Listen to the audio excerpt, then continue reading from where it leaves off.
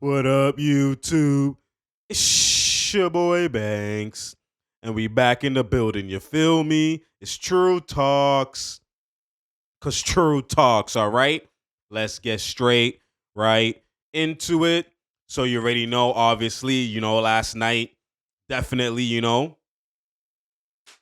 we do it for Kobe, yo. We do it for Kobe. Last night, yesterday, basically was 4 years. It's crazy. It's been 4 years already since Kobe, Gigi, and everybody else on that tragic helicopter. Since they passed, and it's tough. It's tough because we know what Mamba represents. What Kobe represents, the Mamba mentality. We know how Kobe just operates. It's just excellence over everything, and that's how I operate. I adopt the Mamba mentality and just apply it, right?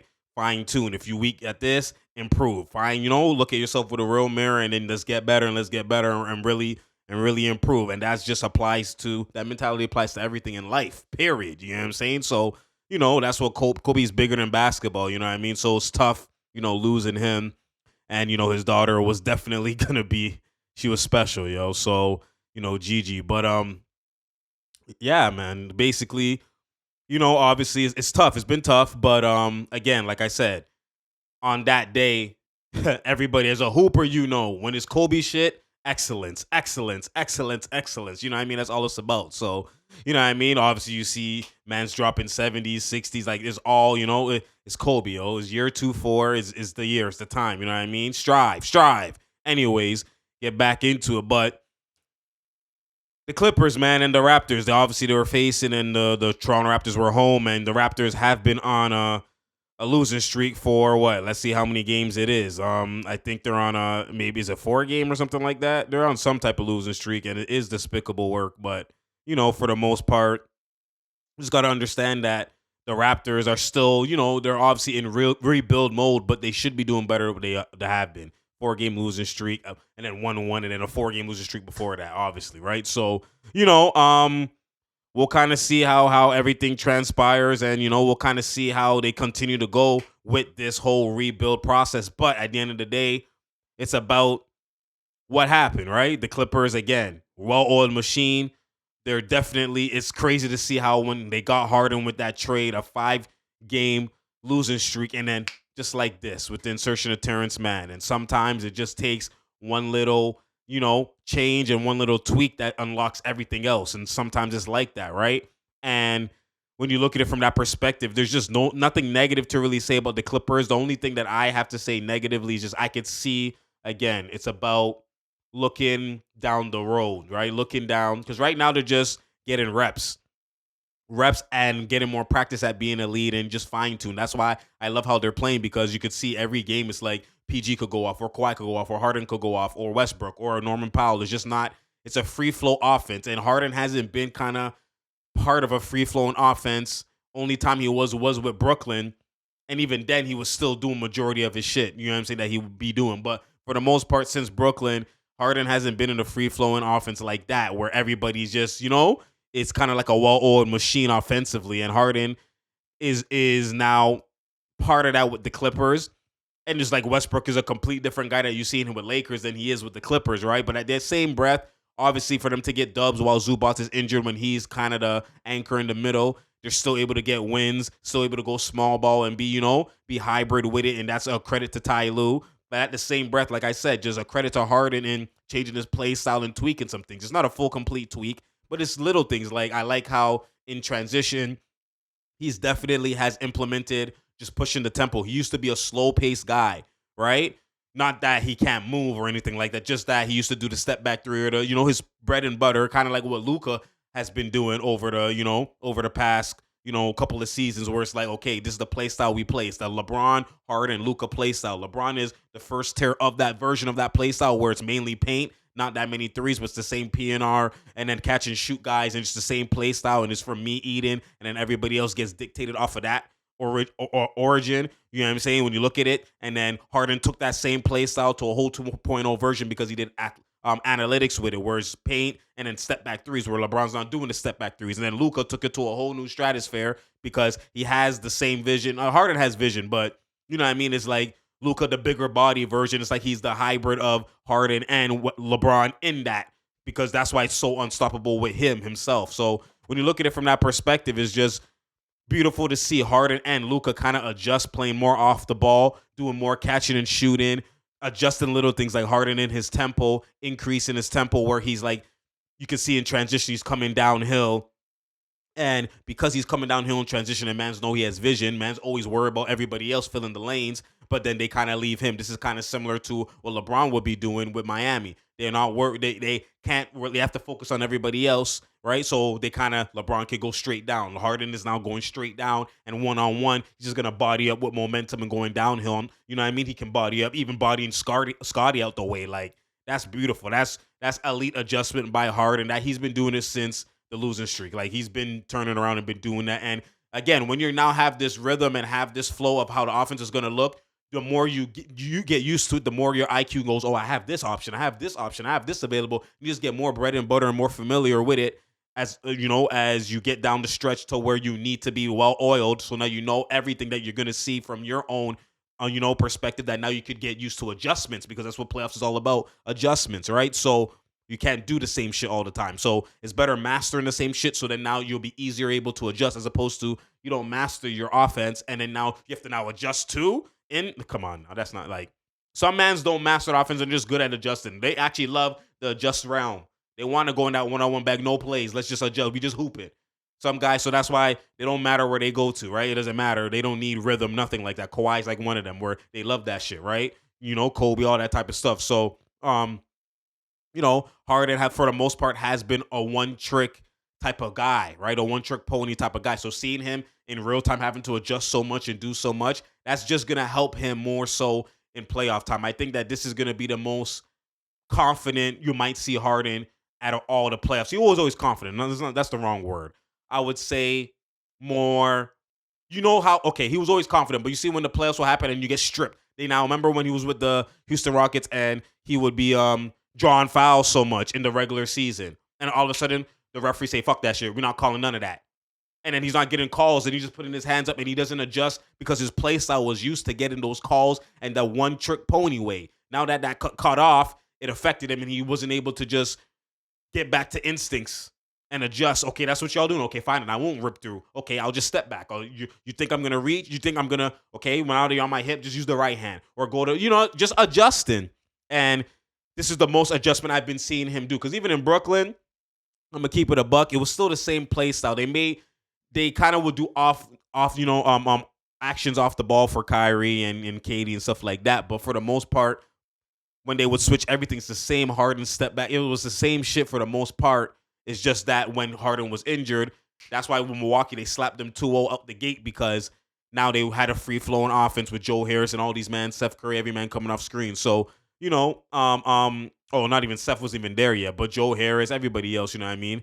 KD, Kyrie, everybody. So, Shamit, all those guys. So, anyways, the point is, now with the Clippers, it's not the same free-flowing like that, because PG is moving off the ball and Kawhi also too, but it's a lot of different things. Post-ups here, free-flowing off the, pin downs. Okay, you know what? We're going to do the flare. You're going to read that. Okay, we're going to give PG a post. We're going to give Kawhi a post. Okay, Kawhi's going to bring up the ball. You in the corner, Harden, chill out. You know what I'm saying? Now I'm going to do my PNR, and I'm going to do floaters for whoever. I'm going to step back, but I'm also going to do some step backs in the midi. I'm going to come off pin downs as well myself, and we're just running actions. Like, it's not like I'm in the same exact spot every time in the actions. I'm now all over the place. You're seeing him everywhere. And normally in his offenses, he's always in the ball handling scenario out of the actions. You know what I'm saying? So now you're seeing him do a lot of different things. So he's kind of like adjusting in real time. So I think that he's better bred to have a real good offseason, honestly. A real good offseason. I think, especially when you have this going to be Kawhi PG as a 1-2 head monster. And then, Harden will fit in where he fits in, similar to Brooklyn. But now he's more familiar, more confident. And like, come on now, getting those game winners, now feeling like he has that bounce back. I can hoop again. Now his instincts are here. It's like his spidey senses have been reformed. He always had the spidey senses in moments and in passing and whatever, but like it was still the same shit. But now it's like his spidey senses have increased, because now he's able to just instinctively just hoop now on everything. Now he's not really thinking and doing the same shit. He's kind of like doing the same shit but differently. You know what I'm saying? Like, I didn't mean to, go on a rant about Harden about that, but I just love what I'm seeing from him. So, this is what I always envisioned him to be. You know what I'm saying? So, you know what I'm saying? When the new MVP version of Harden meets OKC, the guy that was able to play off the ball, do whatever, and you bred them together. This is what he's doing because his IQ is higher. The game is slower. Like he's just smarter. So that's was the next evolution for Harden. It doesn't mean the individual points and all of this and MVP. That's not what I'm talking about. Evolution. I'm talking about the game, skill set, IQ. That's what I do. That's what I'm talking about. Kobe shit. You know what I'm saying? I'm not talking. I don't. Stats is whatever, yo. I'm talking about your game. The fact that that's when your game evolves, your winning will naturally evolve with that because everyone's going to be the best versions of themselves around you, right? And that's what I'm crediting Harden for and tipping my hat off to him that like, yo, he looked at himself with a mirror. He really has adjusted some things. You could see it in real time, and I'm not even remembering everything. That's just off like the, freestyling. But for the most part, like it's beautiful to see that, especially from Harden. It's crazy that we're saying the new look Harden Clippers, right? But at the end of the day, now they're just going through motion, not even trying that much when they're facing the Raptors. They weren't even like they're always locked in now because they already have defensive minded guys. So it's like they're always locked in, and then now like they're on. And now when you feel correct and you're winning, you get even more locked in because it's not like we should never lose. You can get that feel from them, even when they lose, it's tight. Even when they're losing, it's like they come back to 20. Oh, like they will always now they're like moving like they were Golden State, not like in how their play style is. Just the confidence. Right? They feel disrespected if they lose. You can kind of feel that now. So, you know what I mean? You can feel that from like the energy, Russ's energy, the way he's talking and the way he's moving and the diddy bop. Like it's the same as before in his career. It's not the same as the Lakers, Westbrook. Man is shooting, going like, they're like, come on now. Like the makes are swishes, not rattles. Like he's, you know what I mean? Like you got to lock into these details. Like I see everything. So, I'm just happy how the Clips have been operating given where they were at that point in the season. It's beautiful to see that. And from the Raptors, and it's despicable work when you now see what OG is doing. And this is where sometimes, a lot of the times, and follow me on IG if y'all don't follow me, IG, Twitter, wherever, because I be talking about this shit on a daily. It's harder to do every day, with the videos, even though my everyday with videos is coming just now. But, it's hard to kind of like, because it's breakdowns, it's hard to, the post more so is every daily scenarios, plays, whatever, more so often. But, the Raptors, yo, OG, like this is what, it's funny because RJ Barrett is kind of in the role that OG would have been if he was able to stay with the Raptors after Pascal has left. And a lot of y'all don't have foresight. You know what I'm saying? Like foresight is a I'm finding out because I be thinking I'm just a regular nigga, but clearly, you know what I mean? Mans don't have foresight, right? I be humble, but I have to stop because clearly mans don't understand. And this is why every time True talks, it comes to fruition at some point. It might not be the year. It might not be the same game, 2 years. Just be patient. Because when I speak, it's not about my feelings, not about biases. It's about the game. And it has to be correct because I only am looking at the game with a real lens.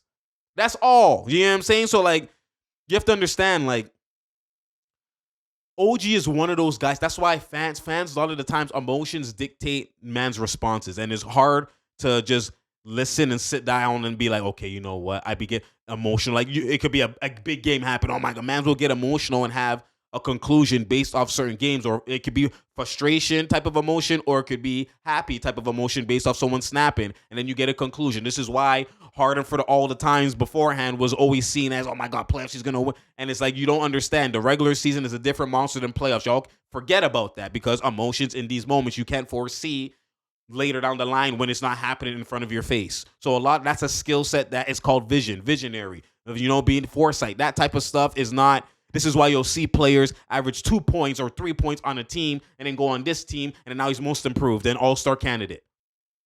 The guy hasn't changed. He hasn't got better. Same way like D'Lo that you're seeing with the Lakers start snapping all of a sudden. Because y'all don't see it for a couple of games. Y'all be thinking the person's now trash. They've changed. They're whack now. It's you reacting to what you see. But that's the naked eye. That's not diving into what you see. Like, you know what I mean? Like from a detailed perspective. It's like watching a movie. Man's just seeing a person cry, but you don't see the little things that a person is doing, the sentimental things and the foreshadowing. Like that's another level of vision.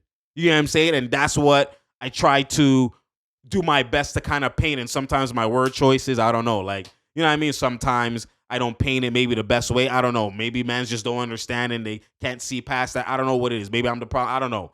You know what I'm saying? It's just I just know that I'm always misconstrued or misunderstood until you be patient and you come back to it, you'll see. And I was never even saying OG is going to be hella 25-point per game score with the Knicks.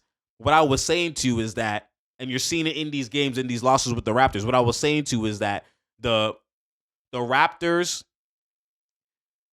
with OG is one of those guys where and it's coming full circle, just let me land, you know what I'm saying? OG is one of those guys where he's not going to be aggressive on his own individual regardless of any scenario he was put in.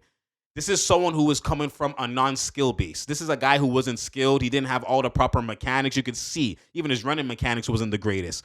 This is someone who just had defensive instincts. But this is what I try to tell people. When you have superior defensive instincts, it's easier to teach someone who has defensive instincts, easier for them to get skill and have a bag and be this level of player than for a person who has a bag to now get defending instincts and be this level of player. You know what I'm saying? And rock with me here because it's unconventional what I'm saying. And it's like, huh? What are you talking about? It's easier for an offensive player who already has a bag. Like I'm talking about real instinctive bag, not like predetermined bag, an instinctive bag, which is like read and react. You don't know what you're going to do. A real bag like that is easier for that guy to play defense and have a full two-way level of style. What I'm saying too is that the guy who started off as a defensive menace first and had defensive instincts first, there's a level of killer you have to be to always challenge the best player and defend him and now pad him and lock him up. Like you have to be another level of killer instinct. It's just on the opposite side. The same way on offense, it's killer instinct. There's still that side for defense. Those guys who dive into that and are elite at that, it's not like it's technical. They know this man doesn't use his left hand. They're reading and reacting as well as instinctively reading and reacting at the same time as using IQ, all in split seconds, milliseconds. What is it? Nanoseconds. It's so quick. You know what I'm saying? Like when you look at it from that perspective. So that guy, what I'm saying is the impact on winning and the impact on that guy being the best version of himself, being hella elite, I say the chances that person will be more successful when they now get the skill is more so higher than the guy who already has the skill and might not be playable because he has bad defense. I'm not talking about him being in a favorable green light scenario where it doesn't matter if he plays defense or not, just go off. I'm talking about like the everyday average person. That's what I'm talking about. If this guy has a bag, the chances he's going to go guaranteed go far is not guaranteed, as opposed to the guy who's defender, everyone's going to want him. And when that guy gets skill, he could go to here because he impacts winning already with defense. Now you give him a bag. He doesn't even need a hella elite bag, but he's naturally going to have a good bag because he has the willpower. So he's going to go at it in practice. So when he now just breaks through and gets his skill and gets comfortable, this is why you see Kawhi be who he is. Kawhi didn't just start out with a bag like this. Kobe worked on the dribble pull. This exists for these guys.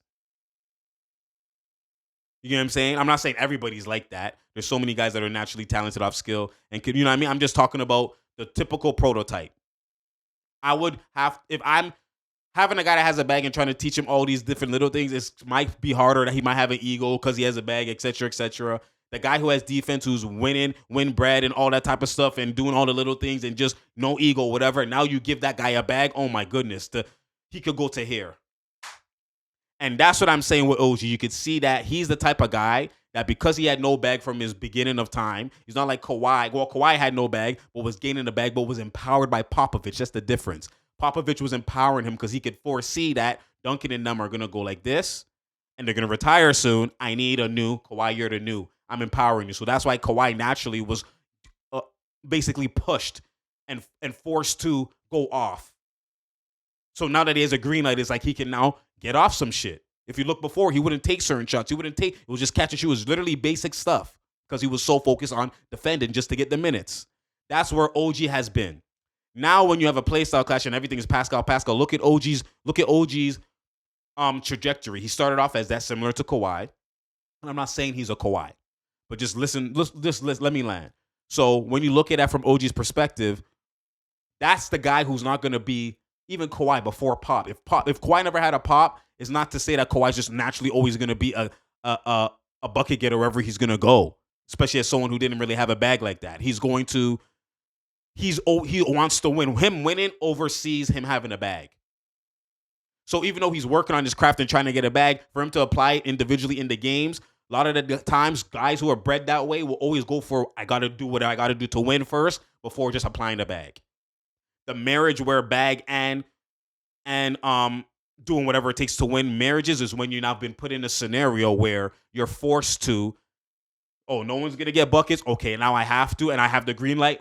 Beautiful. This is music to my ears. Now that person becomes a different monster, and that's what Kawhi was put and forced to by Popovich in the Spurs when Duncan and them were decreasing, and Ginobili and Parker.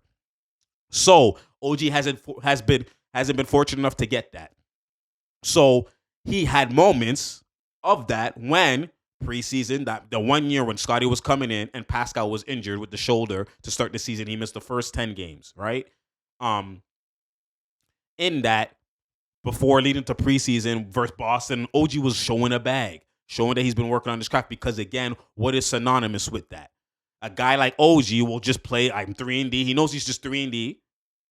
And then the minute they're like, okay, there's no Pascal. They're telling him, we need you to, just like Popovich is telling Kawhi, we need you to get buckets. We need you to be aggressive. We're going to start running more plays for you. We're going to feature you more in the offense. And you can see the sets they're running is for OG in the post and stuff like that. That guy now is going to perform in that because now his brain is not like, oh, I'm doing the little things to win and just playing my role because the team wants that and I'm going to sacrifice.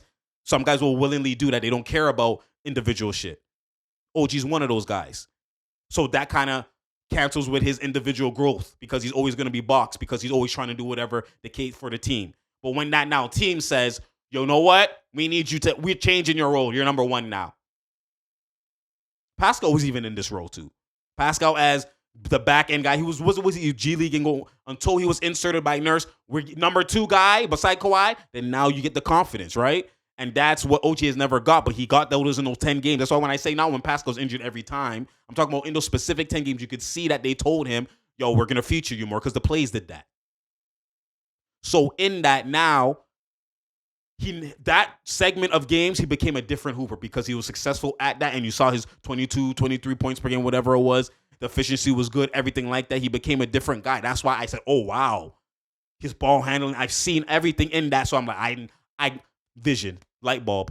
I know what you could really be if you're like used to this. And that's him not even be used to. Imagine you're used to this every game. And this is who you is now. And that's why I said trade Pascal. It wasn't just about Scottie to be unlocked. Because Scottie is, again, y'all are focusing on Scottie and not performing or whatever the case is. Scottie doesn't have a natural guaranteed bag. That's why I say Draymond 2.0. He has a motor and he has an aggression unlike Draymond, but he has the vision and the IQ and the defensive IQ and anchor and whatever, all of that exactly like Draymond. He's the 2.0 version because he's like if Draymond was to be like, oh, I'm a scorer too. That's what Scottie is. He's 2.0 of that, which is going to be a 20-something point per game scorer, like 21, 22, whatever. But he's not going to be your best scorer on the team. He shouldn't be. That's destined for disaster. I was never saying that. That's why when I said trade Pascal so Scottie gets unlocked, I was doing that under the guidelines of Trent is still there and OG is still there. They will now become your new bucket getters and everybody else will now start to fit in when they fit in. But Scottie is kind of like he scores within offense. And then being aggressive when he has that confidence, he's going to be a different monster because the pain is all his. But it's not like you go to him every play, get a bucket, get it. Like, that's not what I was ever saying. Hence the Draymond 2.0. There's a reason why I say what I say. You heard? So what I'm saying is the point is if OG is now elevated to that, you see what he just did last game with the Knicks. This is where it all comes full circle, and this is the point I'm trying to land.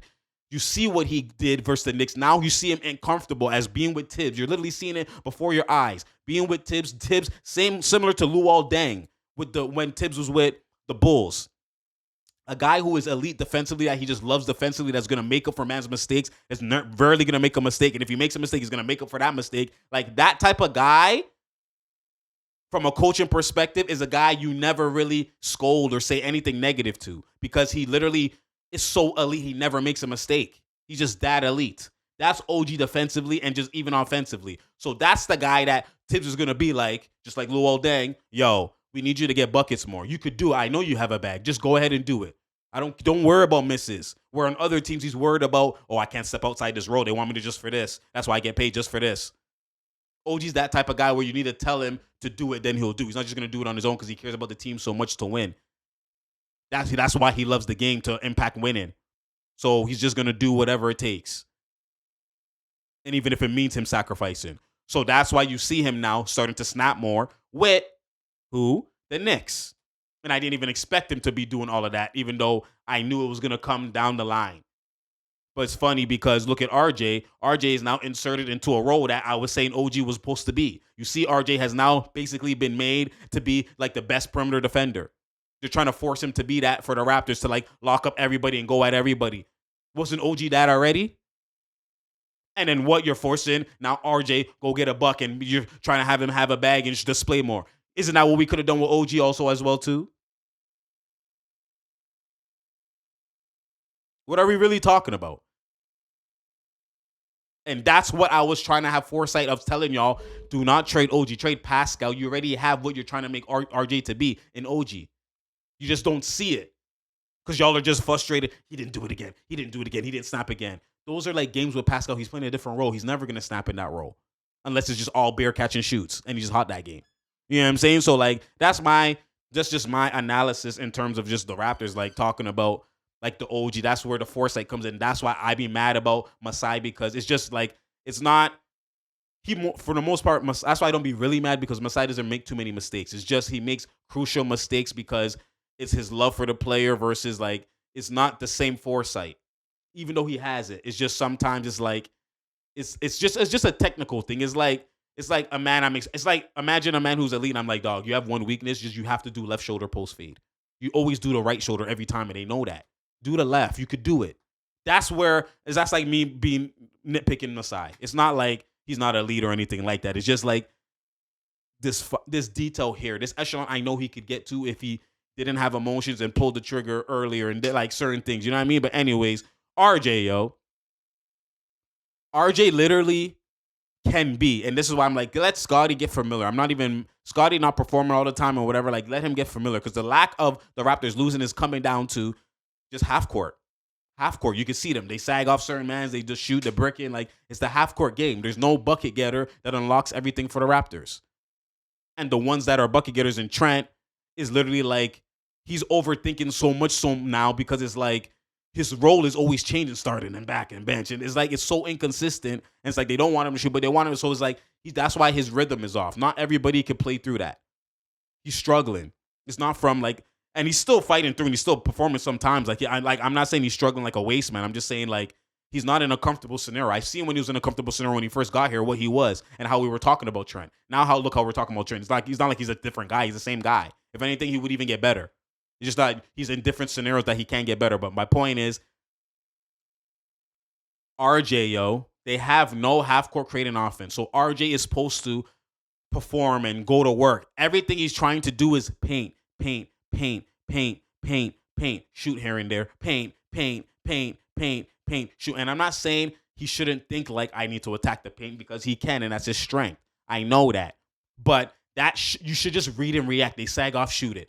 He's cutting you off, step back. Because a lot of the times you're now doing pass outs, and even though he's take 19 shots, he could have taken 30. And reduce some of the shots he took.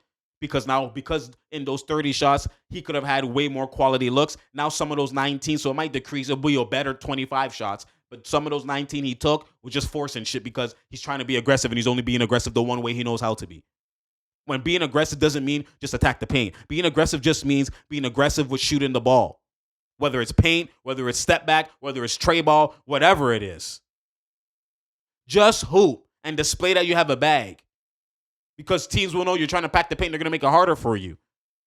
You don't have the personnel to just around you to always attack the paint every play. Hoop, get buckets, That's what I be talking about. But I don't want to make this video too long, man. You already know. It's True Talks. Because True Talks. Share, like, and subscribe. We out here. There's no down here. And there's no drought here. You feel me? I appreciate y'all. You already know.